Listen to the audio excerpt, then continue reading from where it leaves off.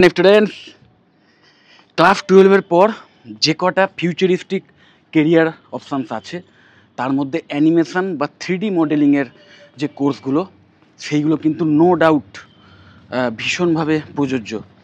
এবং তোমাদের থেকে অনেকের কাছ থেকে আমি এই প্রশ্নটা পাই যে স্যার কোন কোর্সটা ভালো হবে, আমি এই লাইনে কেরিয়ার করতে চাই, 3D মডেলিং, অ্যানিমেশন, ভিএফএক্স এইসবের ওপর, তো কোন কোর্সটা ভালো হবে। এবার সেইটা জানার আগে তোমাদের এটা বুঝতে হবে যে এই যে তুমি 3D মডেলিং করবে অথবা অ্যানিমেশন শিখবে, সেইটা কাজে কিসে লাগবে, মানে কোথায় কাজে লাগবে। তো একটাই অ্যান্সার আছে, সেটা হচ্ছে কোনো মুভি বা শর্ট ফিল্ম বা কোনো ওয়েব সিরিজ, সেইখানে না তুমি যে 3D মডেলিং বা অ্যানিমেশনটা শিখবে সেই এফেক্টটা আলটিমেটলি কোনো সিনেমাতে কাজে লাগবে। সো আমি তোমাদের বলবো যে শুধুমাত্র 3D মানে 3D মডেলিং বা অ্যানিমেশন বা ভিএফএক্সের কোনো একটা পার্টিকুলার সেই বিষয় নিয়ে কোনো একটা কোর্স না করে যদি ক্লাস 12-এর তোমরা স্টুডেন্ট হও বা ক্লাস 12 পাস করে থাকো, তাহলে এমন কোর্স করো যে কোর্সের মাধ্যমে তোমরা এর ওভারঅল ব্যাপারটা, মানে যে মেন যে ব্যাপারটা যেখানে ইউজ হবে সেটা হচ্ছে ফিল্ম স্টাডিজ বা মুভি, সেই মুভিতে কীভাবে এগুলোকে ইউজ করা যায় এবং একটা মুভি তৈরি করতে গেলে যা যা অ্যাসপেক্ট আছে সেইগুলো যেখানে শেখানো হয় তেমন কোনো কোর্স করো। এবং তার মধ্যে আমার মনে হয় যে কোর্সটা সবচেয়ে বেশি এই মুহূর্তে আমাদের ওয়েস্ট বেঙ্গল পারফেক্ট এইসব শেখার জন্যে, প্লাস অ্যাফোর্ডেবল। ওকে, কারণ ফিল্ম স্টাডিজের এমন অনেক কোর্স আছে যেখানে 10 লাখ 12 লাখ টাকা অবধি ফিজ হয়। সো সেটা অনেকটা ধরাছোঁয়ার বাইরে চলে যায়। সো আমি বলবো এমন একটা ব্যাচেলার ডিগ্রি কোর্স করো যেটার কোর্স ফিও অ্যাফোর্ডেবল, প্লাস এই সমস্ত ব্যাপারগুলো একটা ওভারঅল আইডিয়া কিন্তু এই কোর্স থেকে পেয়ে যাবে। সেটা হচ্ছে বিএসসি ইন মিডিয়া সায়েন্স। আমি এই কোর্স নিয়ে এর আগে অনেকবার আলোচনা করেছি এবং এই কোর্সে ফিল্ম স্টাডিজের মানে একটা মুভি তৈরি করতে গেলে যা যা শিখতে হয় সেই মানে শিক্ষাটা যেমন দেয়া হয় এখানে, তার সাথে সাথে জার্নালিজমের অ আ ক খ থেকে শুরু করে XYZ সব কিছুই কিন্তু শেখানো হয়। মনে রাখবে এমন একটা কোর্স যে কোর্সের মধ্যে মিডিয়া রিলেটেড সব কিছু রয়েছে। এবং তোমরা অনেকে হয়তো বলবে যে স্যার সব কিছু রয়েছে, সব কিছু তো শিখতে পারবো না, সব কিছুতে কী করে অত কিছু রপ্ত করতে পারবো না। কিন্তু অবশ্যই তোমাকে এখন যা দুনিয়াটা আসছে সেখানে কিন্তু তুমি যদি কোনো ইন্ডাস্ট্রিতে, পার্টিকুলার একটা ইন্ডাস্ট্রিতে কাজ করতে চাও, সেই ইন্ডাস্ট্রির পুরোটাই কিন্তু তোমার শিখে রাখাটা ভীষণভাবে ইম্পর্ট্যান্ট।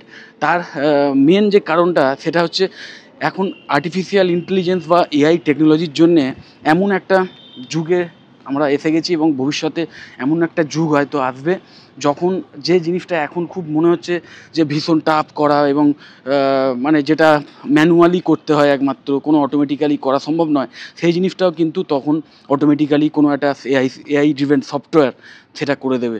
সো আমি বলবো কোনো একটা পার্টিকুলার বিষয় নিয়ে তুমি ধরো এখন শিখে মাস্টার হয়ে উঠলে, তারপর দেখলে যে সেই জিনিসটা আর মানে খুব একটা ভ্যালু থাকছে না। কারণ কি, কোনো একটা এআই ড্রিভেন সফটওয়্যার অনেক ইজিলি, অনেক মানে কস্ট এফেক্টিভভাবে আরও তাড়াতাড়ি সেটা করে দিচ্ছে। মানে ধরো আজকের একটা সিনেমা তৈরি করতে গেলে কতগুলো লোকজনের দরকার হয়, কত রকম যে লাইটের বিভিন্ন লোকজন, বা যিনি ক্যামেরা ধরেন ক্যামেরাম্যানের অনেক অ্যাসিস্ট্যান্ট থাকে, আবার plus sound recordist, plus editor, then makeup artist, okay, তারপর হেয়ার স্টাইলিস্ট, এরকম তোমরা নিশ্চয়ই জানো। এই সবাইকে নিয়ে অ্যাকচুয়ালি ডিরেক্টর কিন্তু কাজটা করান। ওকে, তো আলটিমেটলি দেখা যাবে হয়তো যে এআই যে সফটওয়্যার আসছে এবং এআইয়ের যেরকম রিভলিউশন আসছে, হয়তো দেখা যাবে যে আস্তে আস্তে এই সমস্ত পার্টিকুলার বিভিন্ন বিষয়গুলোর যে পার্টিকুলার যে জব রোলগুলো সেগুলোর কিন্তু হয়তো গুরুত্ব ভবিষ্যতে কমে যাবে। কারণ নিশ্চয়ই জানো যে এমনও যুগ আসবে যখন হয়তো এই 3D মডেল দিয়েই সিনেমা তৈরি করানো হবে। মানে 3D মডেলটা এতটাই রিয়েলিস্টিক হবে যে সেটাকে দেখেই মনে হবে যেন অরিজিনাল কোনো আর্টিস্ট। ওকে, তো সেইখানে তখন বাকি জিনিসগুলো সেইগুলো যদি এরকম এআই সফটওয়্যার দিয়ে ম্যানেজ করা যায়, হয়তো দেখা যাবে একজন ডিরেক্টরই শুধু লাগছে, যিনি কিন্তু ওই একাই ওই কমপ্লিট মুভিটা তৈরি করতে পারছেন। সো আমি তোমাদের বলবো যে কখনোই এটা মানে সমস্ত ইন্ডাস্ট্রির ক্ষেত্রেই প্রযোজ্য।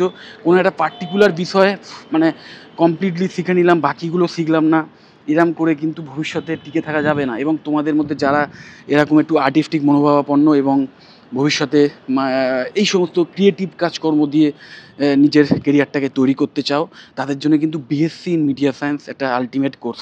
এবং অবশ্যই এই কোর্সের মধ্যে অ্যাডেড যে অ্যাড অনটা রয়েছে, আমি বলবো খুব ভ্যালু অ্যাডেড একটা ফিচার রয়েছে। সেটা কি না, ডিজিটাল মার্কেটিংটা শেখানো হয়। ডিজিটাল মার্কেটিংয়ের ওপর কিন্তু মার্কেটিংয়ের দুনিয়া ভবিষ্যতে দাঁড়িয়ে থাকবে। এখনও ভীষণভাবে ইম্পর্টেন্স আছে এই ডিজিটাল মার্কেটিংয়ের, ভবিষ্যতে আরও বেশি মানে এই ডিজিটাল মার্কেটিংয়ের ওপরই কিন্তু মার্কেটিংয়ের অনেকটা অংশ দাঁড়িয়ে থাকবে। সো সেই ডিজিটাল মার্কেটিংটাও কিন্তু এই কোর্সে শেখানো হয়।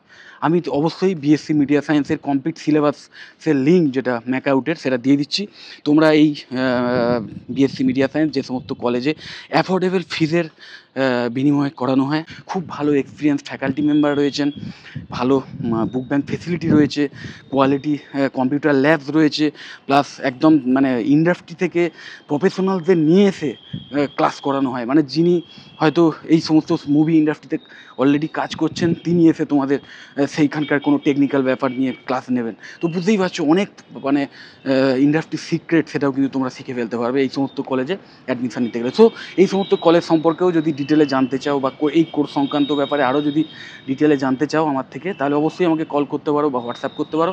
এবং আমাদের যে ওয়েবসাইট আছে collegekolkata.com বা topinstitute.in, এই দুটোর যে কোনো একটা ভিজিট করে সেখান থেকেও এই বিএসসি মিডিয়া সায়েন্স অথবা অন্যান্য অনেক কোর্স সংক্রান্ত বিষয়ে আরও ডিটেল জেনে নিতে পারো।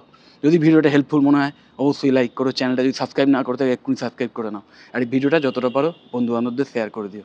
টাটা।